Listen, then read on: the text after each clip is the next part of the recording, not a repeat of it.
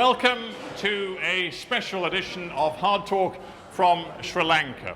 Today we're focusing on one extraordinary challenge being faced by this country in the wake of 3 decades of sectarian conflict. When the Sri Lankan army finally defeated the Tamil Tigers a year ago, they took into detention thousands of combatants, including hundreds of children who had been forcibly conscripted by the Tamil Tiger leadership and put onto the front lines. And now, of course, the question is how to rehabilitate those unwilling child fighters. And that is why I'm here at the Hindu College in Colombo, where they are trying to heal these wounds of war.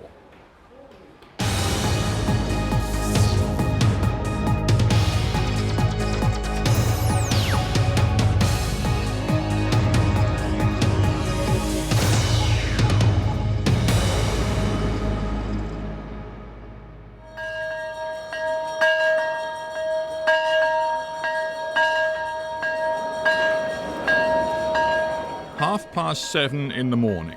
Time for the students at Hindu College in Colombo to assemble for the formal opening of the school day. Amid the fresh faces and the crisp uniforms, it is hard to imagine that a little more than a year ago, these children were conscript soldiers in a guerrilla army. The Sri Lankan army was their enemy. Now they raise the national flag, and these Tamil children sing Sri Lanka's Sinhalese national anthem.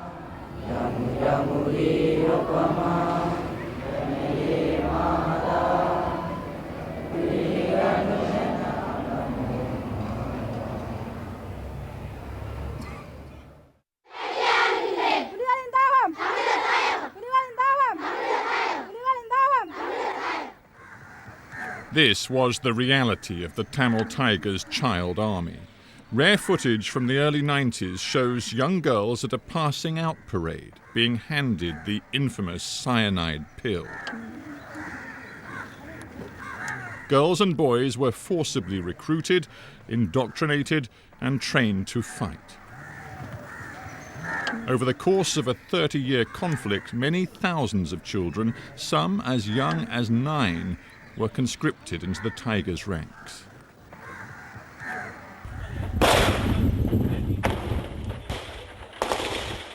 In the spring of last year, when an all-out army offensive smashed the Tigers' last redoubt, hundreds of youngsters were amongst the captured remnants of the LTTE. Children exposed to horrors no child should ever see.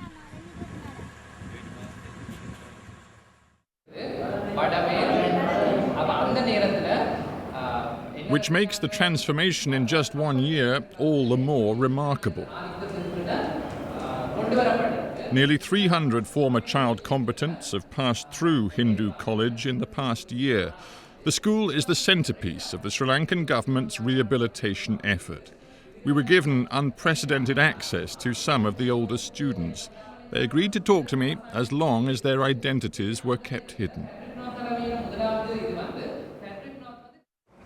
If you can, tell me how you came to be with the Tamil Tigers. What happened to you to force you to go with them? நான் சந்தோஷமாக போகல. இணையவழிய கட்டாயம் அப்படியான சூழ்நிலை இணையத்தான் கட்டாயம் இணையத்தான் கட்டாயம் சண்டை பிடிக்க தான் போகணும். அப்படியான சூழ்நிலையிலே நாங்கள் இருக்கிறோம். அப்போ அதில் போய் நாங்கள் இங்கே கொண்டு போய் 3 வாரம் ட்ரைனிங் தந்தவே 3 வாரம் ட்ரைனிங் தந்து ட்ரைனிங்கிட்ட கட்டம் இது ட்ரைனிங் அதில் அப்படி இருந்து ட்ரைனிங் கடையின ரைடிங் கட்டத்தை அப்படி மெடிசின் வேலை விட்டு மெடிசின் வேலை செஞ்சு கொண்டு வந்த வாக்கில் அப்படி மெடிசின் செஞ்சு கொண்டு வந்தாங்க கொஞ்ச நாள் போய் கடைசியில் சண்டைக்கெல்லாம் விட்டு. You were pretty much 2 years with the LTTE, the Tigers, and during that time the Tiger forces were pushed further and further back until their territory was very small and they were suffering big losses. நான் வந்த இயக்கம் தோல்வியடையுது அந்த நோக்கத்தை பார்க்கல. நான் என் உயிரை எப்படி பாதுகாக்கணும்னு தான் நான் பார்த்தேன். என்னோட உயிரை எப்படி பாதுகாக்கணும், நான் இப்போ எப்படி ஒழுங்காக இருக்கணும், இனி எப்படி ஸ்கூல் படிக்கணும், இப்போ இப்போ நீட்டாக இப்போ வரமாட்டு அந்த நினைப்பில் இருந்த மாதிரியே இயக்கம் பின்வாங்கன்ற இது நினைப்பில் இருக்குல்ல. நான் என்னோட உயிரை எப்படி பாதுகாக்கணும் நினைப்பில் இருந்தேன். Can you tell me about anything you saw then? Is it too painful, or can you just tell me a little bit about what happened? என்னென்னு சொன்னால் இப்படி இப்போ 2 பேரும் இராணுவத்துக்கும் எல்டிடியும் சண்டை நடக்கும். சண்டை நடந்துகின்ற கேக்கில் வந்து அவங்க அவையிலும் செல்லடிக்கிற வேலையும் செல்லடிக்க பாடிக்கும் வந்து ஆக்கள் அப்படியே சனத்தின இதுகளுக்கு மேலே வந்து பள்ளும் முழந்து பார்த்தா அங்கே போய் பார்த்தா ஒரு தலை இருக்கா, கால் இருக்கா, கை இருக்காது. அப்படியே என்ன அப்படி ரத்தமாக இருக்க முறை இன்னும் ஒரு செகண்டில் ஒரு வினாடியில் எங்களோட உயிர் போகிற மாதிரி உயிருக்காவது. அப்படி ஒரு கொஞ்சமாண்டா சரி மங்காளி ரவுண்ட்ஸ் ஒரு மிஞ்சால செல் வந்து கொண்டு இருக்கும் அந்த அப்படியே ஒரு கொஞ்சமாண்டா எங்களோட உயிர் போகிற கட்டத்தில் இருந்தாங்க. அதுக்குள்ளே நாங்கள் என்ன போய் பார்க்கல, அது எங்களோட உயிரை தான் நாங்கள் பாதுகாக்கணும். When you were taken into detention when the war was ended, it must have been very hard for you, because for 2 years you'd been told by the Tamil Tigers that the only way to receive or to achieve freedom for the Tamil people was to fight, was war, was to fight against the Sinhalese people. Were you scared? What were your feelings then? அப்படி வந்து surrender அடைக்க கொஞ்சம் பயமாக தான் இருந்தது. ராணுவத்தை surrender அடைக்க இப்போ இந்த கேம்பில் கொண்டு வந்து எல்லாம் நீட்டெல்லாம் சாப்பாடு தந்து அதில் வந்து நான் சண்டை பிடிக்க தான் தெரியும் நினைச்சேன். அதில் அன்பையெல்லாம் பார்த்தேன், அதில் தெரிஞ்சு கொண்டேன். இப்போ நல்ல குணங்கள் இருக்குது. அப்படி இப்படி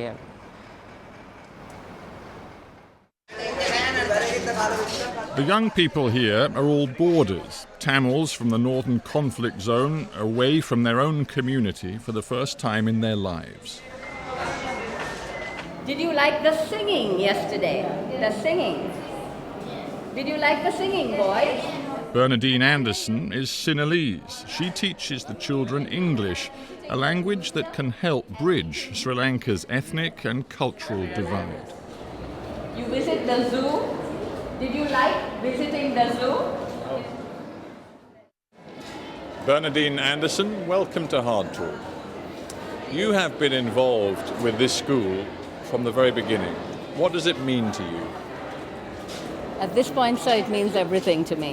It has literally changed not only my life, but the life of the teachers that have had this wonderful opportunity to meet these children.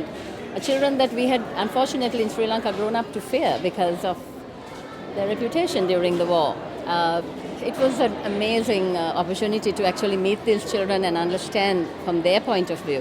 When you first encountered them and began to talk to them, what did you find? What I found was confusion. They were truly confused. I think that was one word that came to me. There were others who were angry. But this is very delicate stuff, isn't it? We are talking about children. I mean, most of them here between 14 and now 18, but when they were with the Tigers, they were from 12, 13 through to 16, 17. These are kids, and you are having to tread in very sensitive areas of their psyche, of their very being. That approach, sir, I think was just love. The first, when I got to meet them for the first time, I remember just telling them that we love them. And it came without any reservation from my whole team. And they couldn't quite really grapple with that. And when we told them, we're here because we care. And down the line, one day they asked me, how much are you paid for this? And when we told them that we get paid nothing, there was a moment there of care really reaching over and healing. But is it also important to get them to talk, at least to a certain extent, about the past and about what they have done and what they were forced to do? That did not come very easy, especially from the girls, because I think from the stories that we have exchanged, mainly through drama, we act out real stories. And through this acting, you always find that the girls are the ones, in my opinion, who have actually been the more forced into, or the most traumatized, for a better word, by everything that has happened. And to have their hair cut and to have them brought in, that's the one story they all tell us, how their hair was cut off. And when we tried to groom them, and the brigadier recommended it, and I brought this very high-flown saloon from Colombo, they wouldn't let us touch their heads. They just put their hands like this. And then a girl raised out and showed me the cut she had around her neck, because, they had been sliced off with a knife. It's hard sometimes to remember. As I look around the college campus now, and over there I can see girls playing volleyball, and on the other side of the field the boys are playing cricket. It is hard to remember that these children were fighters up to a year ago. And serious fighting. So there was a time when we wanted to do a game and this boy said, I can't because I have bullets in my stomach. The other girl who said, I am reading but I can't see because the vibrations have shattered her visuals. She doesn't look like she's blind, but she has big issues and kind of a degenerating eyesight. It's among quite a few of them. But for these children, what do you believe they will do when they do go home back to the Tamil north of this country? It's a question, sir, that is truly one of concern at this point. There is a plan, I know, out in print, but they themselves are not sure of how society is going to get them back. They have told me that they feel that the unconditional love they have got here and the acceptance may not be the same back in their villages, among their own, because of certain backgrounds and some will resent them because some resent what the tigers did to their communities. Yes, and they are aware of that, sir, which is why a few of them have actually asked, can they stay back? And I just wonder, when you look in their faces, do you believe any of these children could go back to war, to hate, to conflict? I mean, I've spoken to every one of them, and they all say that they don't want it. They want to work for it. They feel, I think, empowered enough to be able to stand and say no. If we can bring up the economy and bring up a situation where they don't have the need to Well, to feel that anger, and to feel that their life is not fair. We will. I am committed to not letting that happen, and I think the team that has been involved in this project is committed to that. So they know that we have a lifeline to each one of them, and I mean to do that. I really mean. I'm coming back for that. Bernadine Anderson, thank you very much indeed for being on Hard Talk. Thank you. Very unexpected, but wonderful. Thank you, sir. Punch! Punch! Punch! Right! Right! Right! The aim here, with an emphasis on sport and fitness as well as education, is to make these former child fighters into the finest young people of their generation. Punch! Punch! Punch! Left right! Left right! To give them the discipline and self-confidence to lead the recovery effort when they go back to their war-torn villages. Left! Left! Left! Left! It's an investment in the future which is costing the Sri Lankan government tens of millions of dollars. But the hunger of these young people, not just for a decent education, but for a better future when they return home, won't be easy to satisfy. There is no doubting the warmth and the commitment of the staff here, and there's no doubt that the young people here are responding. But there's no getting away from one simple fact. This rehabilitation program is overseen by the Sri Lankan military, the victors in a brutal war, and that raises serious questions. Brigadier Sudanta Ranasinghe, welcome to Hard Talk. Thank you. You are responsible for this rehabilitation program here in the Hindu College. The young people who are here, do you see them first and foremost as children or as ex-fighters? From the day they join me, they are children. And I have banned anyone calling them ex-fighters or child combatants or child soldiers or not even rehabilitees. You banned it? I banned anyone calling them because they are children, they are victims. And I consider them the children. They are going through the formal education and they have their life. They started their life here because they never had life back there before they joined us.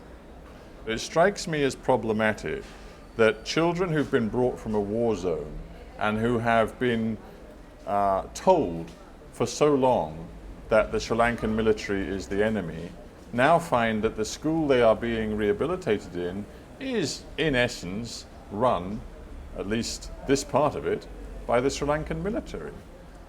So really, it's only the head who is controlling this, who is coordinating this is military. But the people who are, the actors who are really physically getting involved with these people are teachers and who are employed here. They are school teachers. The lady warden and the male warden both are school teachers.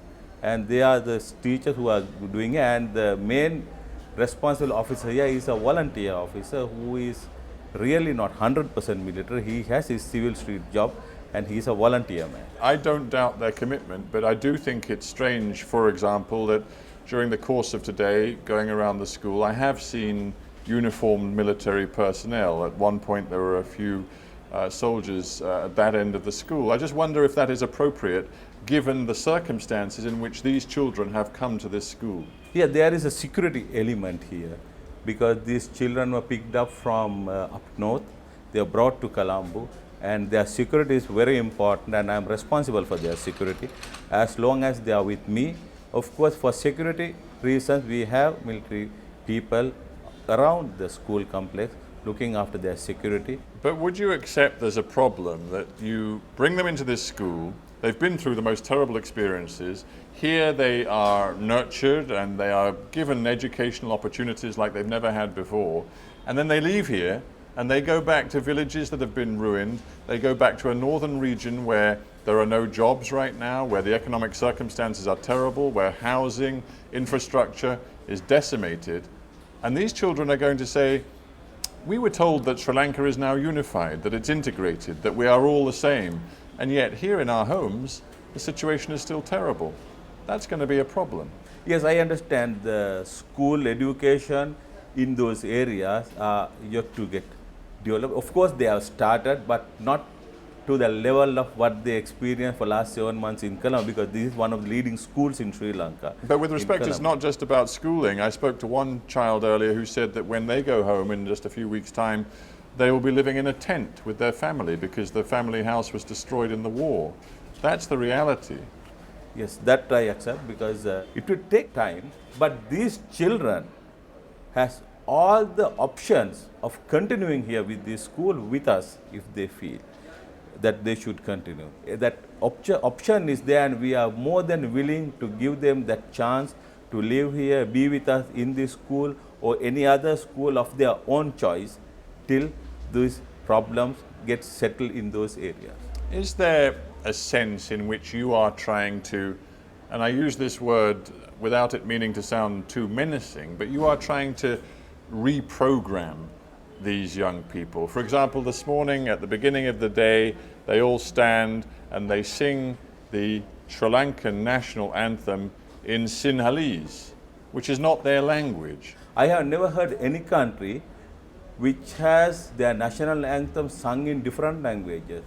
And what you witnessed this morning in this school is something which is done in every school in Sri Lanka. It's done in every school in Sri Lanka, the religious activity, the hoisting of national flag, singing the national anthem, singing the school anthem. So this practice in each and every school in Sri Lanka. So that does not mean we are going to do any programming, but it's a practice in every school. Brigadier Ranasinghe, thank you very much for being on Hard Talk. Thank you. Thank you.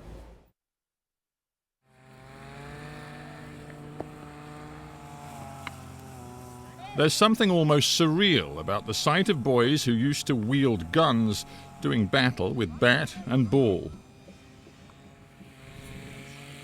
1 year of peace can't erase the pain of childhoods lost to war.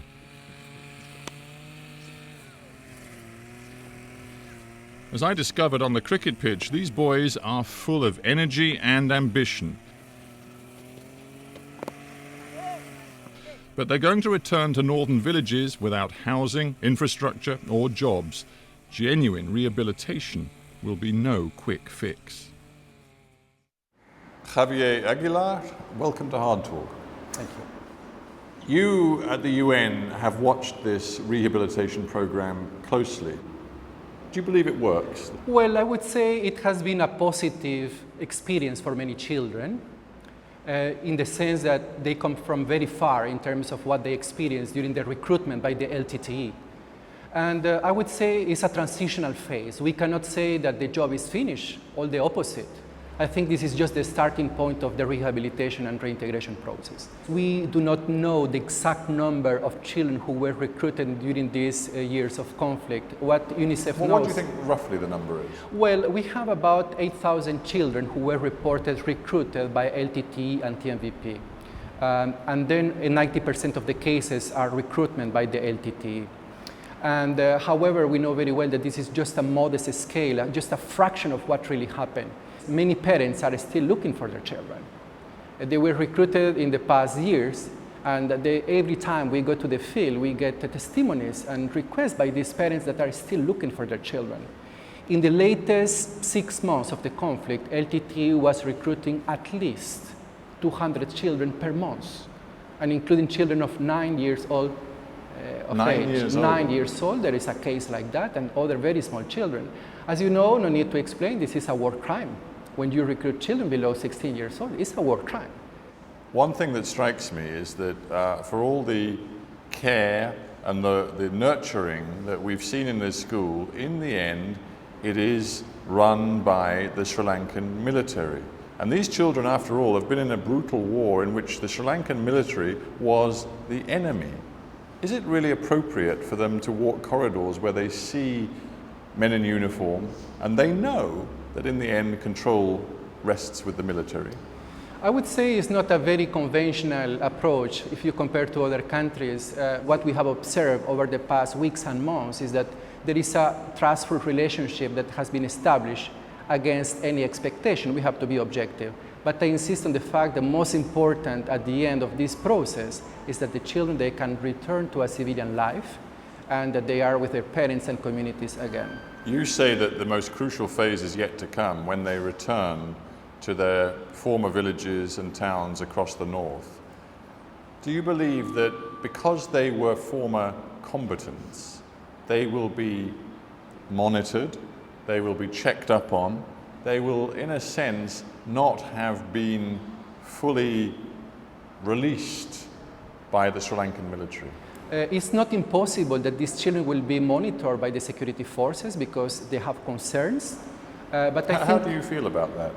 I feel that we need to keep discussing with the authorities and avoid that this type of situation happens.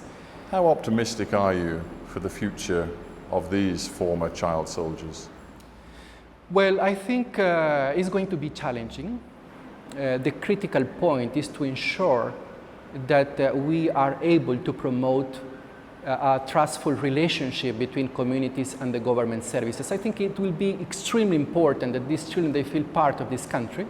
They have had a relatively good experience in the past months, but they have to experience exactly the same in their places of origin, in which they feel that the government can still protect them and the communities are able to care for them. Javier Aguilar, thank you very much for being on Hard Talk. Thank you very much indeed.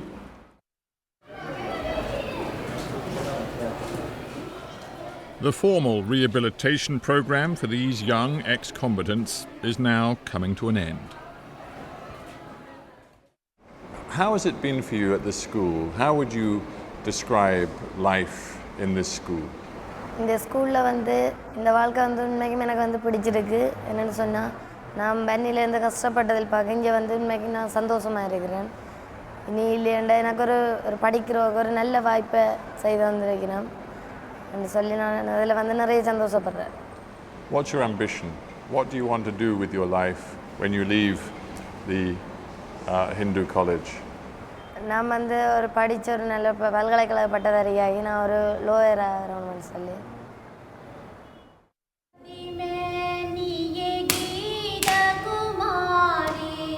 This summer, most of these children will return to the north, to the Tamil heartland.